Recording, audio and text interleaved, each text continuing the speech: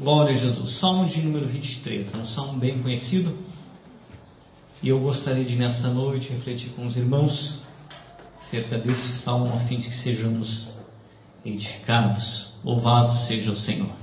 Graças a Deus. Vamos fazer a leitura, irmãos.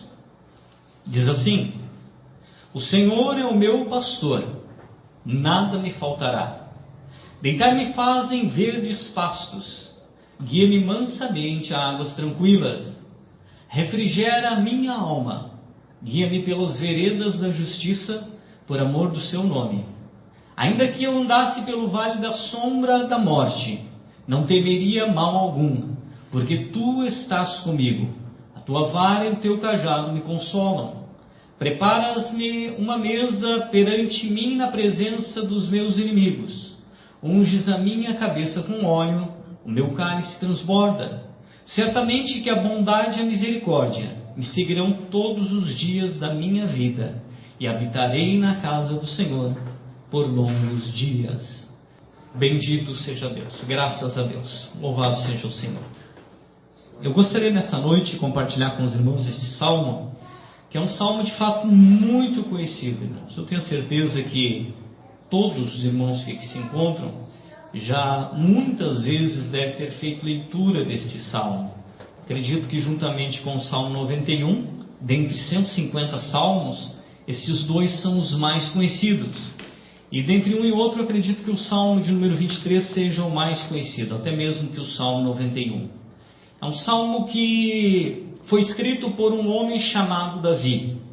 Um homem que desde moço ele buscou conhecer a vontade de Deus, buscou desenvolver a sua comunhão com Deus, buscou conduzir a sua vida sendo moldado por Deus.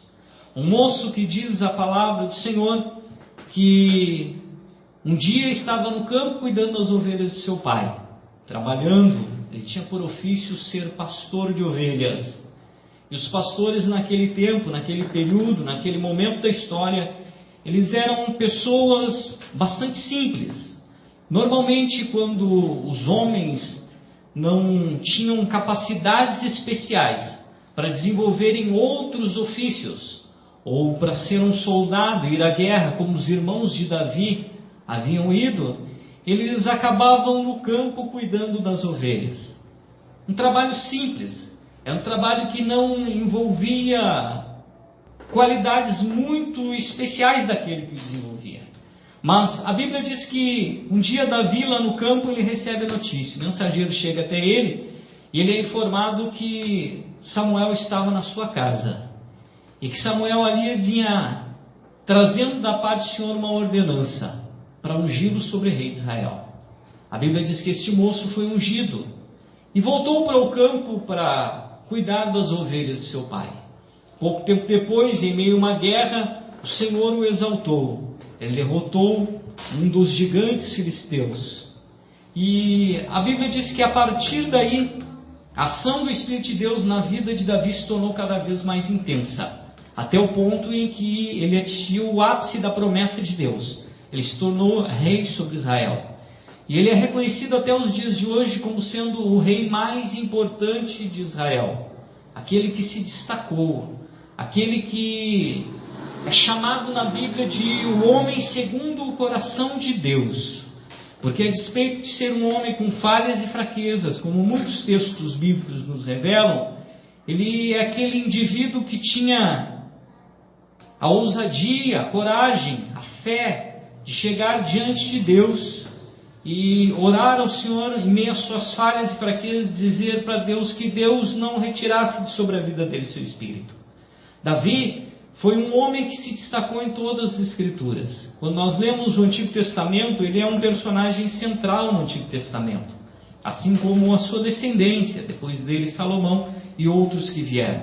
Mas este homem que viveu experiências maravilhosas ao seu tempo, e que foi instrumento de Deus, que foi usado por Deus, que viveu experiências íntimas com Deus, experiências extraordinárias, ímpares na verdade, ele nos deixa escrito alguns conselhos alguns conselhos que, se nós buscarmos segui-los, se nós buscarmos aplicá-los para a nossa vida, certamente haverão de nos edificar, certamente haverão de nos conduzir um pouquinho mais próximo do Senhor.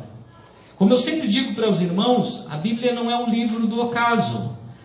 O que encontramos descrito nas Escrituras não está aqui por uma mera ação do destino. Certamente houve a inspiração divina, de alguma forma, de alguma maneira, para que hoje nós tivéssemos acesso àquilo que encontramos na Bíblia. E quando nós lemos os textos bíblicos, e nós buscamos compreender aquilo que o texto deseja transmitir, não versículos isolados, mas aquilo que o contexto bíblico deseja transmitir, nós sempre somos edificados. Nós sempre recebemos da parte de Deus algo que possa edificar a nossa vida, que possa trazer paz, que possa trazer consolo, que possa trazer direção, que possa trazer esperança, que possa trazer fé, que possa trazer alegria, que possa trazer aquilo que Deus deseja que nós, da sua parte, naquele momento particular, venhamos receber. E este texto, irmãos, o texto de Salmo de número 23, a despeito de ser um texto muito lido, e muitas vezes ser dele feito leitura, como hoje no início do culto, ele traz consigo alguns ensinamentos, dentre os quais eu gostaria de destacar nesta noite alguns poucos, a fim de que nós sejamos edificados, à medida em que nós olhamos de forma mais particular para este texto, com mais cuidado, com mais atenção, a fim de que nós venhamos meditar sobre ele, dele extrair esses ensinamentos que ele contém. Certamente não todos, mas alguns dos ensinamentos que ele contém. Quando nós olhamos, irmãos, para este salmo, o salmo de número 23, a primeira coisa que nós vamos perceber é que ele é dividido em duas partes. A primeira parte deste salmo vai apresentar Deus como sendo o bom pastor. Do versículo 1 ao versículo 4, é isto que Davi deseja transmitir a partir deste salmo, desta primeira parte. Esta primeira parte vai dizer: o Senhor é o meu pastor e nada me faltará. Deitar-me faz em verdes pastos, guia-me mansamente a águas tranquilas, refrigera a minha alma, guia-me pelas veredas da justiça, por amor do seu nome. Ainda que eu andasse pelo vale da sombra da morte, não temeria mal algum, porque tu estás comigo, a tua vara e o teu cajado me consolam. Davi, ao escrever esse salmo, tenhamos em mente que ele está falando de algo que lhe era muito particular, porque ele mesmo era pastor de ovelhas. Então ele está falando de algo que ele próprio vivenciou à medida em que cuidava das ovelhas do seu pai. E quando nós lemos este texto, nós vamos perceber que Davi atribui a Deus algumas particularidades. O versículo 1 vai nos dizer: o Senhor é o meu pastor e nada me faltará. Quando Davi diz isso, ele está se colocando como uma das ovelhas que talvez ele mesmo cuidava. E a partir do trato que ele tinha com as suas ovelhas, à medida em que ele as cuidava, ele imagina que seja esse o trato que Deus também tem para com o ser humano. E no versículo 1, ele vai dizer isso: o Senhor é o meu pastor, nada me faltará. Quando nós pensamos nisso, a primeira coisa que pode vir à nossa mente é nós imaginarmos o seguinte: se Davi se coloca na posição de ovelha e ele diz que Deus é o pastor dele, o que será que uma ovelha precisa? Porque ele está dizendo que se o Senhor é o pastor dele, nada haverá de lhe faltar na qualidade de ovelha. Mas o que uma ovelha essencialmente necessita? Quando ele diz que nada faltará, o que será esse nada que ele quer dizer? À medida em que nós olhamos para o texto, nós vamos perceber acerca daquilo que ele quer de fato dizer com isto. O versículo 2 vai nos esclarecer: deitar-me faz em verdes pastos, guia-me mansamente a águas tranquilas. Essencialmente, o que uma ovelha precisa são de duas coisas essenciais. A primeira que ela precisa é comida, verdes pastos. A segunda que ela precisa são águas tranquilas nas quais elas possam beber. Quando nós pensamos nisso e aplicamos a palavra para a nossa vida, imaginando que também nós, na qualidade de ovelhas, somos pastoreados por Deus, o nosso pastor. Nós, como seres humanos, também temos algumas necessidades. E se nós pensarmos como Davi pensava, que Deus, sendo bom pastor, não permitiria que nada faltaria às suas ovelhas, também nós devemos pensar assim. Essa ideia de Davi, à medida em que ele faz esta comparação. E aí nós vamos encontrar alguns versículos que cooperam com esta mesma ideia que Davi tem. O versículo, ou melhor, o capítulo de número 6, do versículo 25, a parte A do versículo diz: por isso vos digo, não andeis cuidadosos quanto à vossa vida, pelo que haveis de comer ou pelo que haveis de beber, nem quanto ao vosso corpo ou pelo que haveis de vestir. Mateus 6,33 diz: mas buscai primeiro o reino de Deus e a sua justiça, e todas estas coisas vos serão acrescentadas. Assim como Davi entende que as ovelhas que ele cuidava tinham algumas necessidades essenciais, ele também entende que, como ele supria a necessidade dessas ovelhas, Deus também vai suprir a nossa necessidade. Quando nós olhamos para esses dois versículos bíblicos, é justamente isso que o texto vai nos dizer. Que se nós de fato reconhecemos, como Davi, que Deus é o nosso pastor, então nós temos que ter em mente que nada haverá de nos faltar. Não haverá de faltar aquilo que é essencial, é o que o texto de Mateus vai dizer. Que nós não devemos andar cuidadosos, ansiosos, receosos, pensando o que haveremos de comer, ou o que haveremos de beber, ou com o que haveremos de nos vestir. Porque Deus haverá de suprir estas coisas. Porque afinal de contas, Deus é o pastor. Quando nós seguimos o texto de Salmos, no versículo de número 3 do capítulo 23, ele vai dizer: refrigera a minha alma, guia-me pelas veredas da justiça, por amor do seu nome. Primeira coisa que ele vai dizer é: refrigera a minha alma. Esta palavra aqui, irmãos, traduzida por refrigera, no original, a tradução mais adequada seria restaura ou renova, torna a trazer o vigor. Então, quando ele diz refrigera a minha alma, o que de fato ele está dizendo é que Deus é o Deus que restaura a força. Deus é o Deus que renova o vigor. Deus é o Deus que faz com que o ser humano que talvez esteja já cansado ou esteja afadigado diante das circunstâncias adversas da vida, ele possa não somente encontrar paz no Senhor, mas ele possa ser renovado à medida em que ele encontra essa paz. É o que o texto de Isaías, no capítulo 40, no versículo 31, vai nos dizer: mas os que esperam no Senhor renovarão as suas forças. Aqueles que aprendem ao longo da jornada a confiar em Deus, a depositar a sua confiança no Senhor. Aqueles que esperam verdadeiramente o cumprimento da promessa do Senhor sobre as suas vidas. Aqueles que desenvolveram esta capacidade de esperar no Senhor, ao seu tempo, eles haverão também de ter as suas forças renovadas. Deus jamais permitirá que um dos seus filhos chegue a tal ponto de fadiga que o afaste do centro da sua vontade.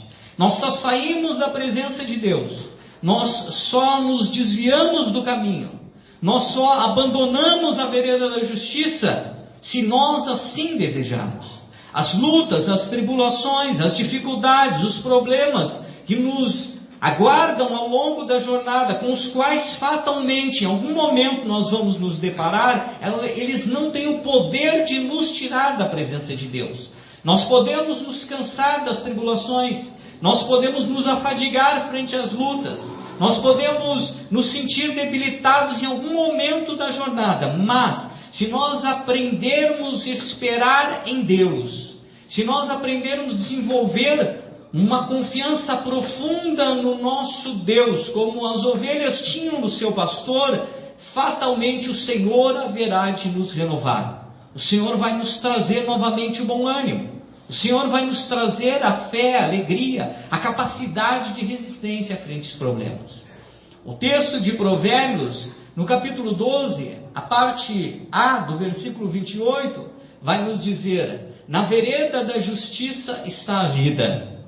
E esse versículo 3 do capítulo 23 de Salmos, na segunda parte, para além de refrigerar a minha alma, dizia o salmista, ele também dizia: guia-me pelas veredas da justiça.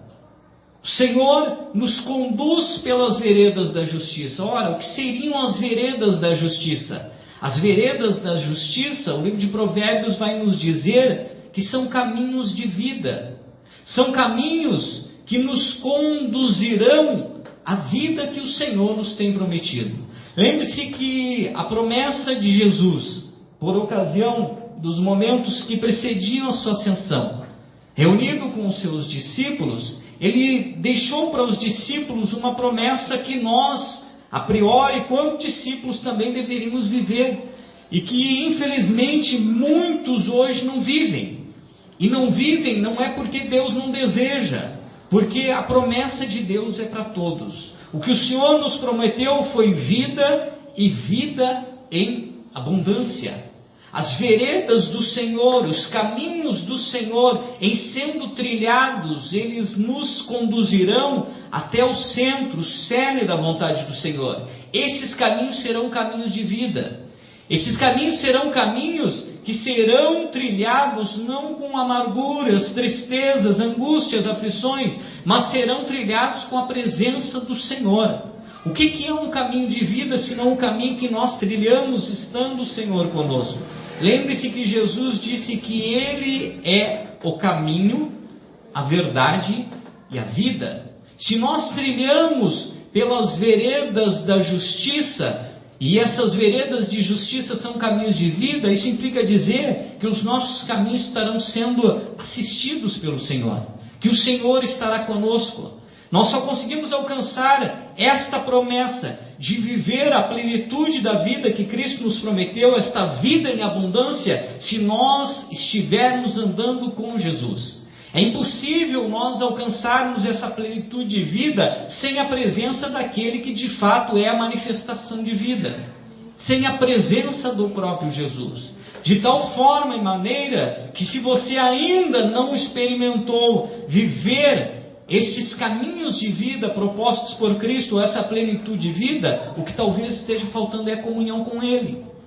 À medida em que nós desenvolvemos vínculos de comunhão mais profundo com o Senhor, nós experimentamos uma vida mais plena, uma vida mais profunda. Nós experimentamos viver de fato e de verdade a vida em abundância que o Senhor nos tem prometido. Quando nós olhamos para o texto do Salmo de número 23, no versículo de número 4, ele vai nos dizer: ainda que eu andasse pelo vale da sombra da morte, eu não temeria mal algum, porque tu estás comigo, a tua vara e o teu cajado me consolam. Percebam a maneira que Davi descreve este relacionamento entre o pastor e a ovelha. Esse versículo vai enfatizar que este pastor, ele tem um cuidado muito especial para com as suas ovelhas. E que as suas ovelhas sentem neste pastor confiança. Ele está dizendo: ainda que eu andasse pelo vale da sombra da morte, eu não temeria mal algum. Por quê? Porque tu estás comigo. Quando nós temos esta confiança de que o Senhor está conosco, não existe motivo para ter medo de absolutamente nada. Não existe motivo para nós termos receios nesta vida.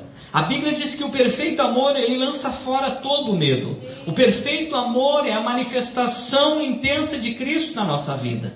Quando nós temos uma comunhão íntima com o Senhor, uma comunhão perfeita com o Senhor, quando nós aprendemos verdadeiramente a confiar no Senhor, quando nós de fato estamos trilhando por estes caminhos de vida, então nós temos a confiança que o Senhor está conosco. E se o Senhor está conosco, irmãos, como disse o apóstolo Paulo, o que pode acontecer de ruim nessa vida que esteja fora do controle do Senhor? O apóstolo Paulo, em Romanos 8, vai dizer: quem tentará acusação contra os eleitos de Deus? É Deus quem justifica. Quem os condenará? É Cristo Jesus, quem morreu, ou antes quem ressuscitou, o qual está sentado à direita de Deus, qual intercede por nós. Absolutamente nada e ninguém pode nos atingir. Aquilo que nós experimentamos nesta vida, quando nós temos esta confiança e convicção, não podem abalar a nossa confiança. Nós, a priori, deveríamos ser como o salmista.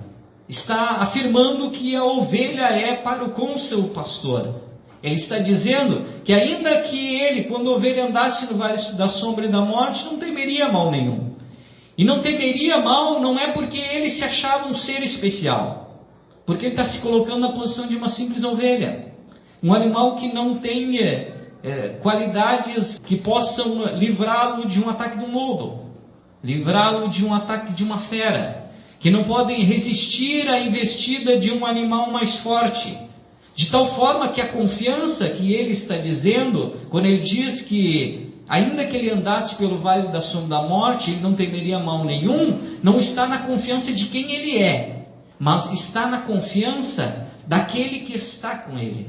Ele está dizendo, eu não temeria mal nenhum ainda que eu andasse no vale da sombra da morte, não é porque eu seja especial, porque eu sou como uma ovelha, mas a minha confiança é porque o Senhor está comigo.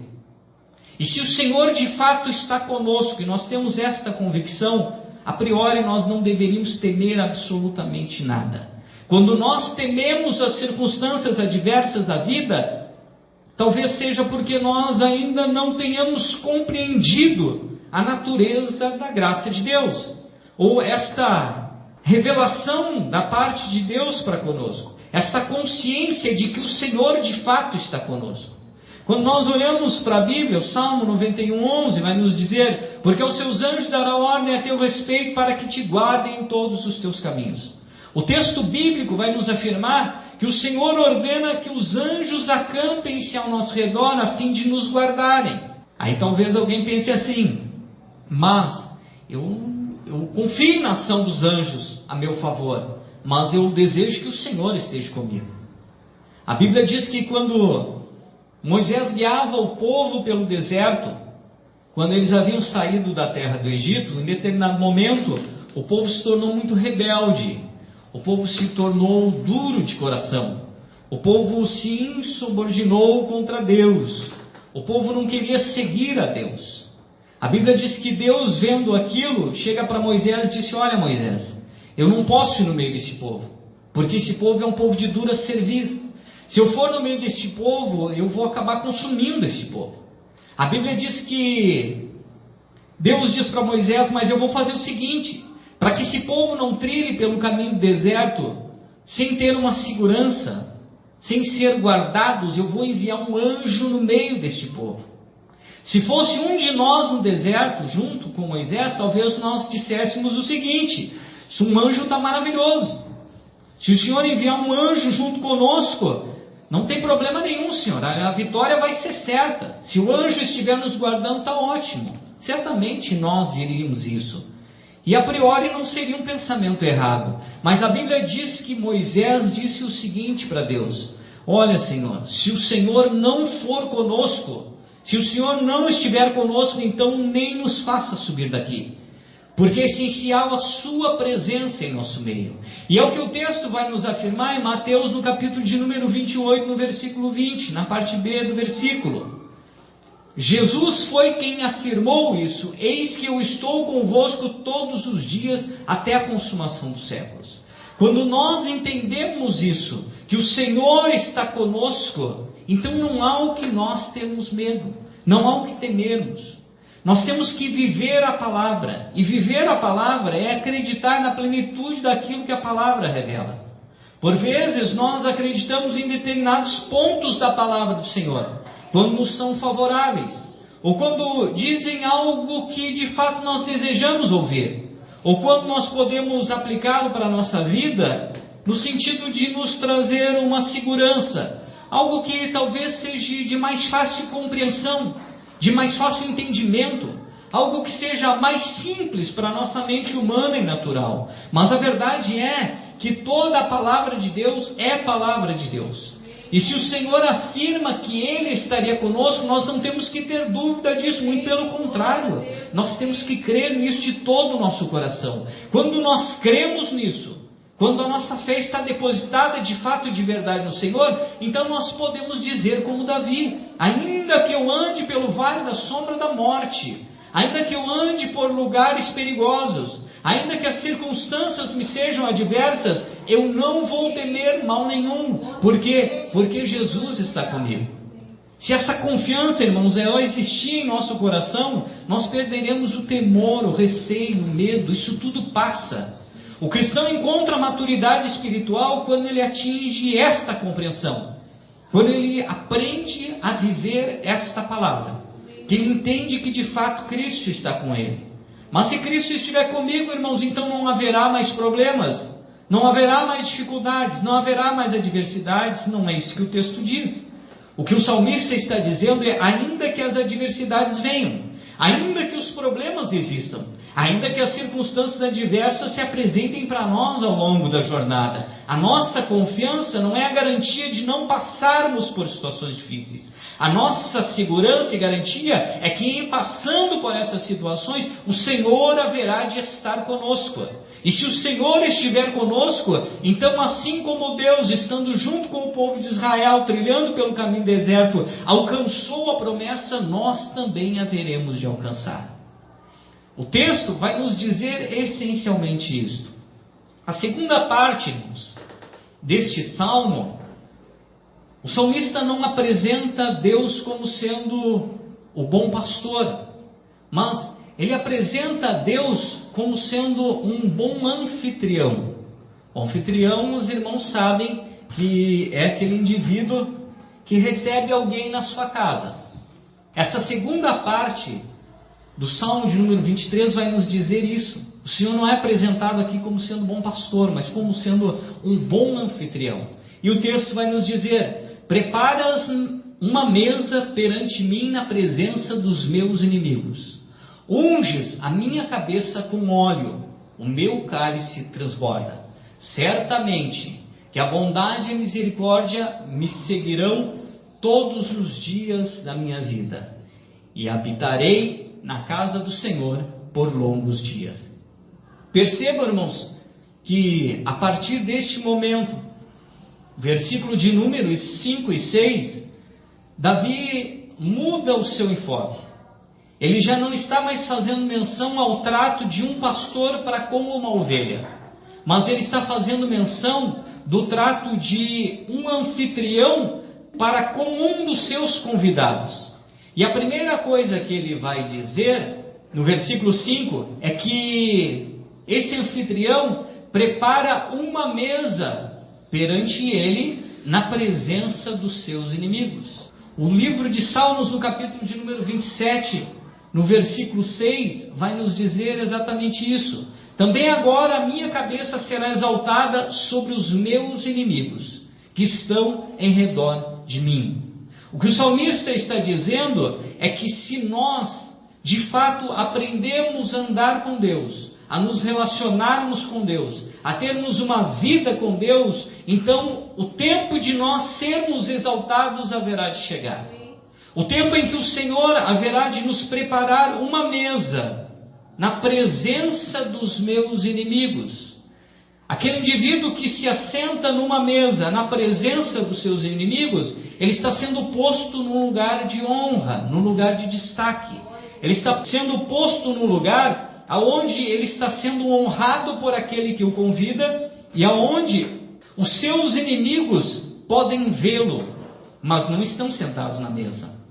Estão vendo que aquele que o convidou o está honrando, porque este que o convidou agora o está exaltando.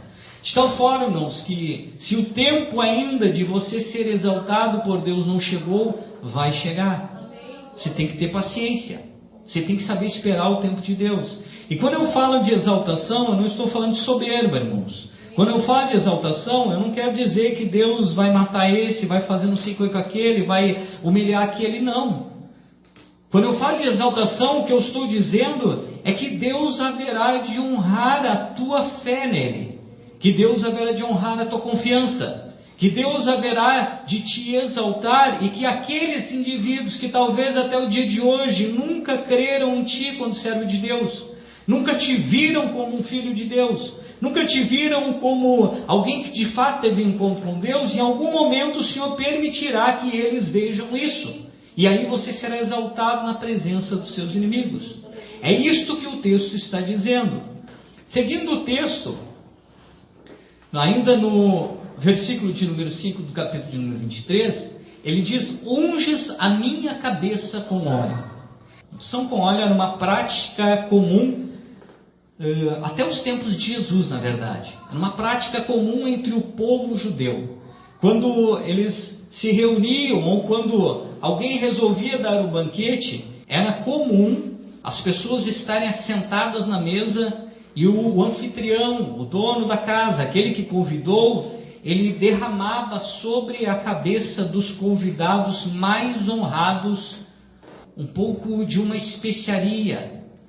No capítulo de número 7, versículo 44 de Lucas, diz: e voltando-se para a mulher, disse a Simão: vês tu esta mulher? Entrei em tua casa e não me deste água para os pés, mas esta regou-me os pés com lágrimas, e os enxugou com os cabelos de sua cabeça. Não me deste ósculo, mas esta, desde que entrou, não tem cessado de me beijar os pés. Não me ungiste a cabeça com óleo, mas esta ungiu-me os pés com unguento. A prática desta mulher para com Jesus foi a prática que este que convidou Jesus, descrito nesse texto, não fez. Jesus repreende este indivíduo chamado Simão, porque Simão convidou para sua casa e não o honrou dentre os seus convidados. Mas esta mulher, ela entrou sorrateiramente e ela honrou Jesus. Porque normalmente, quando se queria honrar um dos convidados, o dono da casa ungia os convidados com um óleo especial, como esta mulher está fazendo, ungindo os pés de Jesus. Percebam, irmãos, que o que Davi está querendo transmitir a partir deste texto, quando ele diz: unges a minha cabeça com óleo, o que ele está dizendo é que para Deus nós somos um convidado honrado, que Deus haverá de nos honrar. Assim como Deus haverá de nos exaltar, Deus também haverá de nos honrar. Porque para Deus nós não somos um convidado comum. Nós não somos como as demais pessoas. Nós não somos como os outros que não conhecem a Deus. Para Deus nós somos um convidado especial. Nós somos um convidado digno de ser honrado. Por isso que Davi vai dizer: unges a minha cabeça com óleo. Depois de ele dizer isso, ele vai dizer: e o meu cálice transborda. Percebam que a descrição que ele está fazendo é de um banquete. O indivíduo sentou-se diante de uma mesa preparada. O indivíduo teve a sua cabeça ungida com óleo. O cálice dele está transbordando. Era comum, por ocasião também das festividades ou dos banquetes que se davam, se ter a atenção de nunca deixar o cálice do convidado mais honrado se esvaziar. Os criados estavam sempre atentos para sempre manter o cálice daqueles indivíduos que eram os convidados honrados sempre cheios. Por isso que Davi vai dizer: o meu cálice transborda. Ele se imagina sentado numa mesa, sendo honrado por Deus, sendo exaltado por Deus, e ele imagina o cálice dele cheio de vinho. Um exemplo clássico disso, eu coloquei para que os irmãos se apercebam, é o descrito no Evangelho de João, no capítulo de número 2, quando existe aquela festividade de casamento. Quando a Bíblia diz que em um dado momento da festa, do evento, acabou o vinho. E a mãe de Jesus, percebendo isso, ela foi correndo até Jesus, e a primeira coisa que ela diz para Jesus é: não tem vinho. Ou seja, o cálice dos convidados vai esvaziar. E se isso acontecer, vai ser um motivo de desonra. O vinho, dentro do contexto bíblico, irmãos, ele é um sinônimo de alegria. Eclesiastes 10, 19 vai nos dizer isso: para rir se fazem banquetes, e o vinho produz alegria. Quando nós encontramos o vinho nos contextos bíblicos, normalmente ele está associado à alegria. Dito isso, irmãos, o que Deus está dizendo, ou o que Davi está tentando transmitir da parte de Deus no seu salmo é que Deus deseja nos exaltar frente aos nossos inimigos. Deus deseja nos honrar e Deus deseja nos dar alegria. O desejo de Deus como um bom pai não é que nenhum de seus filhos sejam tristes. O desejo de Deus não é que nenhum de seus filhos ande cabisbaixo, que ande de cabeça baixa, que ande entristecido, que ande afligido. Qual de nós que gostaríamos de ver um de nossos filhos assim? Pense você que é mãe, você que é pai. Você teria prazer em ver um dos seus filhos tristes? Um dos seus filhos cabisbaixo? Certamente que não, irmãos. O desejo de todo pai, de toda mãe, é ver os seus filhos alegres. Assim também é a vontade de Deus. Por isso que Davi vai dizer: o meu cálice transborda. No versículo de número 6, ele vai concluir dizendo: certamente que a bondade e a misericórdia me seguirão todos os dias da minha vida. Para que a gente entenda isso, também é necessário que a gente compreenda um pouquinho do contexto, irmãos, daquele período. O povo de Israel, a nação de Israel, eles são muito hospitaleiros. E era prática comum que principalmente no Antigo Testamento, que quando alguém fosse convidado para vir à casa de outrem, aquele indivíduo que recebesse alguém na sua casa, que fosse o anfitrião daquela pessoa que foi convidada à sua casa, ele tinha obrigações de cuidar daquela pessoa. Na prática, imagine que você convidasse um familiar seu, distante, para vir passar uns dias na sua casa. Se isso acontecesse naquele período do Antigo Testamento, o que acontecia é que aquele indivíduo que fez o convite, que acolheu a pessoa na sua casa, ele tinha a responsabilidade de cuidar daquela pessoa. E cuidar literalmente, de todas as formas. Para isso, o que normalmente acontecia, o que eles faziam, eles colocavam 2 seguranças, por assim dizer, ou 2 guardas, ou 2 acompanhantes, ou 2 servos, para estarem sempre junto com o convidado. Então, se a pessoa porventura saísse de casa e fosse até o mercado da cidade, aqueles 2 servos seguiriam ele, acompanhando ele, para dar segurança para ele, para evitar que ele fosse assaltado, para evitar que ele fosse, enfim, de alguma forma prejudicado por alguma coisa. Essa responsabilidade, dentro da tradição deles, ela durava até o momento em que o indivíduo se despedisse de casa e saísse nas portas da cidade. A partir do momento que ele saísse das portas da cidade, então aquele indivíduo que o convidou não tinha mais a obrigação de cuidá-lo. Mas até as portas da cidade, aqueles 2 servos o seguiam.